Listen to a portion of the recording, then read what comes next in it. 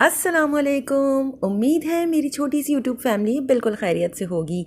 अल्हम्दुलिल्लाह मैं भी बिल्कुल ठीक हूँ। सीज़न की वजह से थोड़ा सा गले वगैरह में इन्फेक्शन है, खांसी हो रही है, बट अल्हम्दुलिल्लाह पहले से बहुत बेटर है। आज जो मैं आप लोगों के साथ क्लिप शेयर कर रही हूँ ये उस दिन की हैं जब कराची में रात भर बारिश हुई थी। नेक्स्ट डे बेटा यूनिवर्सिटी की सारी क्लासेस कैंसिल होने की वजह से घर में ही था और बेटी ने खुद ही ऑफ़ कर लिया था, तो बच्चे दोनों घर में मौजूद थे। बेटे को मैंने सुबह ही यखनी बनाकर दे दी थी क्योंकि लास्ट फ्यू डेज़ से उसकी तबीयत सही नहीं थी और मौसम काफ़ी ठंडा हो चुका था, तो मैंने उसे यखनी तैयार कर दे दी थी। और बेटी के लिए मैं होले बना रही थी। स्लो फ्लेम पर मुस्तकिल कुक करने की वजह से चना अंदर से थोड़ा सा ड्राई होना शुरू हो गया था। वो मज़ा नहीं आया जो यूजुअली हम नॉर्मल फ्लेम के ऊपर इसे कुक कर और इसका बहुत ही ज़बरदस्त अरोमा जो निकलता है सारे घर के अंदर, तो उसे खाने में मज़ा ही आ जाता है। इससे एक दिन पहले मैंने घर में बनाए थे तिल के लड्डू और भुने हुए चने की चिक्की, जिनकी रेसिपीज़ मैंने अपने दूसरे चैनल पर डाली हुई हैं। बहुत ही मज़े के बने थे अल्हम्दुलिल्लाह, दोनों ही चीज़ें परफेक्ट बन गई थी। मुझे पर्सनली पीनट्स की चिक्की सबसे ज़्यादा पसंद है जो गुड़ के साथ तैयार की जाती है, बट मुझे वीडियो के लिए भुने हुए चने की बनानी थी क्योंकि ऑलरेडी मेरे चैनल पर पीनट्स वाली मौजूद है। अपने लिए मैंने थोड़ा सा पीस ले लिया था और मेरा चाय पीने का बहुत ज़्यादा मूड हो रहा था, बट अनफॉर्चुनेटली घर पर 3 in 1 जो टी बैग था वो मेरा ख़त्म हो चुका था और नॉर्मल चाय बिल्कुल नहीं बन पा रही थी क्योंकि फ्लेम बिल्कुल ना के बराबर जल रही थी। मीन्स आप बहुत मुश्किल से उसे ऑन तो कर देंगे बट फ्यू सेकेंड्स में ही वो दोबारा से बंद हो जाता था। उस दिन बाहर मौसम बहुत अच्छा था और आसमान भी बहुत ज़बरदस्त था, बहुत अच्छे बादल थे, बट मैं इसकी क्लिप्स नहीं ले पाई, बिल्कुल मेरे दिमाग से निकल गया था। लंच के लिए हमने बाहर से ही ऑर्डर कर लिया था और आज बेटे की तरफ से पार्टी थी।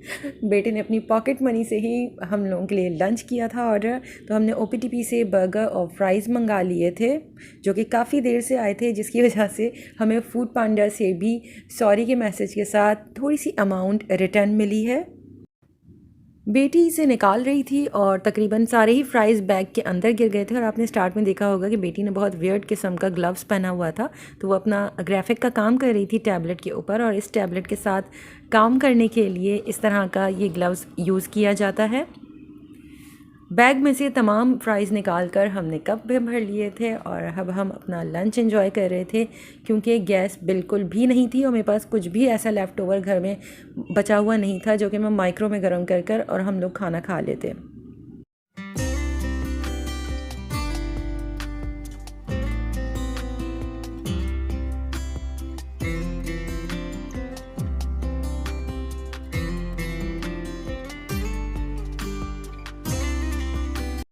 लंच करने के बाद कुछ देर के लिए हमने रेस्ट कर लिया था और जैसे ही शाम में थोड़ा सा गैस का प्रेशर प्रॉपर हुआ था, मतलब बिल्कुल फुल फ्लो में नहीं आ रही थी लेकिन इतना था कि मैं उस पर कुकिंग कर सकती थी, तो मैंने अपने सारे काम छोड़ दिए थे और सबसे पहले मैं डिनर प्रिपेयर करने लग गई थी।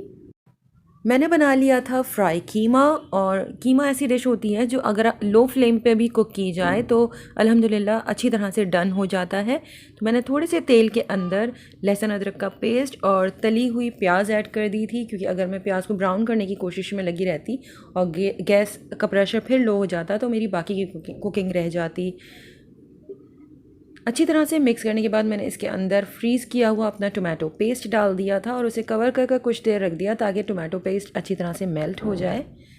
साथ ही मैंने इसमें फिर मसाले ऐड कर दिए थे जिसमें नॉर्मल जो हम घर में मसाले यूज़ करते हैं बस वही थे, नमक, हल्दी, धनिया पाउडर, लाल मिर्च पाउडर और तलहार मिर्च का पाउडर, जो मैं हमेशा दोनों मसाले में ऐड करती हूँ। अच्छी तरह से मैंने थोड़ा थोड़ा पानी शामिल कर इसकी भुनाई कर ली थी। थोड़ा थोड़ा पानी शामिल करते हुए मैं जब इसकी भुनाई कर रही थी तो गैस का प्रेशर अल्हम्दुलिल्लाह बेटर हो गया था और प्रॉपर तरीके से इसकी भुनाई हो गई थी। जैसे ही ऑयल सेपरेट होना शुरू हो गया था और मसाला अच्छी तरह से भुन चुका था तब मैंने इसके अंदर कीमा डाल दिया था। मैं ज़्यादातर बीफ का कीमा ही इस्तेमाल करती हूँ। कीमे को मैंने मसाले के साथ 2-3 मिनट के लिए अच्छी तरह से भून लिया था और इसके बाद मैंने इसे कवर कर लो फ्लेम के ऊपर कुक होने के लिए छोड़ दिया था। मैंने ये स्लो फ्लेम के ऊपर कवर कर कुक करने की जो टिप्स हैं, ये तकरीबन तब मेमन फाउंडेशन है कराची में जहाँ पर कुकिंग की क्लासेस भी होती हैं, मैं वहाँ अक्सर कुकिंग क्लासेस लेने जाती हूँ। वहाँ पे जो टीचर्स हैं वो ज़्यादातर इसी तरह से कुकिंग करती हैं। वो मसाले वगैरह डालकर बस कवर कर कर स्लो फ्लेम के ऊपर छोड़ देती हैं, तो मसाला बहुत अच्छी तरह से भुन जाता है और उसका कच्चापन भी ख़त्म हो जाता है। टमाटर में भी काफ़ी मॉइस्चर होता है और कीमे ने भी अपना पानी रिलीज़ किया था, तो जब तकरीबन तमाम पानी ख़त्म होना शुरू हो गया था तब मैंने इसके अंदर 2 टेबल स्पून के बराबर गाढ़ा दही शामिल कर दिया था और 2-3 मिनट के लिए अच्छी तरह से इसे कुक कर लिया था। इसके बाद मैंने इसके अंदर ऐड किया था भुना कुटा हुआ ज़ीरा, भुना कुटा हुआ धनिया, 1-1 चाय का चम्मच, आधा चाय का चम्मच मैंने गरम मसाला पाउडर ऐड किया था, थोड़ा सा मैंने इसमें चाट मसाला भी ऐड किया था और सबसे लास्ट में मैंने इसके अंदर हाथों से क्रश कर कर कसूरी मेथी शामिल कर दी थी। मुझे कसूरी मेथी की खुशबू और हरे धनिए की खुशबू बहुत ज़्यादा पसंद है। तमाम चीज़ों को ऐड करने के बाद अच्छी तरह से मैंने इसे तकरीबन 1-1.5 मिनट के लिए सौते कर लिया था। इसके बाद ऊपर से गार्निशिंग के लिए मैंने फ़ाइन चॉप कर कर हरा धनिया ऐड किया था, बारीक कटी हुई अदरक और हरी मिर्चों के स्लाइसेस ऐड किए थे। इन्हें भी मैंने पहले थोड़ा सा मिक्स कर लिया था और मज़ीद थोड़ा सा धनिया, अदरक और मिर्च ऊपर से डालकर बस इसे कवर कर कर मैंने 2 मिनट के लिए दम की आँच पर छोड़ दिया था। बहुत ही मज़ेदार सा कीमा रेडी हो गया था और अब टेंशन नहीं थी कि अगर रात में भी गैस चली जाएगी तब भी कम से कम हम माइक्रोवेव में खाना गर्म कर कर बाहर से रोटी लेकर खा सकते हैं। रात को हस्बैंड आते हुए बेटे के लिए सूप ले आए थे और उन्होंने ख़ुद यखनी पी थी जो मैंने सुबह बनाई हुई थी, वो मैंने उन्हें माइक्रो में गर्म कर कर दे दी थी। बेटे का सूप पीने का मूड हो रहा था तो हस्बैंड बाहर से ही ले आए थे। सूप मैंने उसे निकाल कर दे दिया था और आप देख सकते हैं मैं मोबाइल पर अपना अर्तुगरुल देख रही थी। मेरी एपिसोड मिस हो गई थी, मैं देख रही थी और हस्बैंड आ गए थे तो मैं वही मोबाइल लेकर किचन में चली गई थी और काउंटर पर साथ रख दिया था और बस इसी तरह चलते फिरते मैं अपना ड्रामा देख रही थी। बेटे को गर्मा गर्म सूप दे दिया था और इसके बाद मैंने गाजर का हलवा गर्म करने के लिए निकाल लिया था। मैंने एक दिन पहले गाजर का हलवा भी घर में तैयार किया था बट अनफॉर्चुनेटली मेरे मोबाइल की स्टोरेज फुल हो गई थी, जिसकी वजह से मैं रिकॉर्ड नहीं कर पाई उसकी रेसिपी।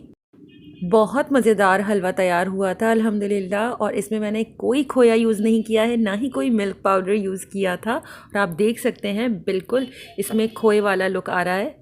इंशाल्लाह जल्द आप लोगों के साथ इसकी रेसिपी ज़रूर शेयर करूँगी। हलवे को भी मैंने माइक्रो में ही गर्म कर लिया था और नट्स ऐड नहीं किए थे क्योंकि हस्बैंड को नट्स वगैरह पसंद नहीं है। आज के लिए बस इतना ही, इंशाल्लाह जल्द दूसरी वीडियो आप लोगों के साथ शेयर करूँगी। अपना बहुत ख्याल रखिएगा, मुझे दुआओं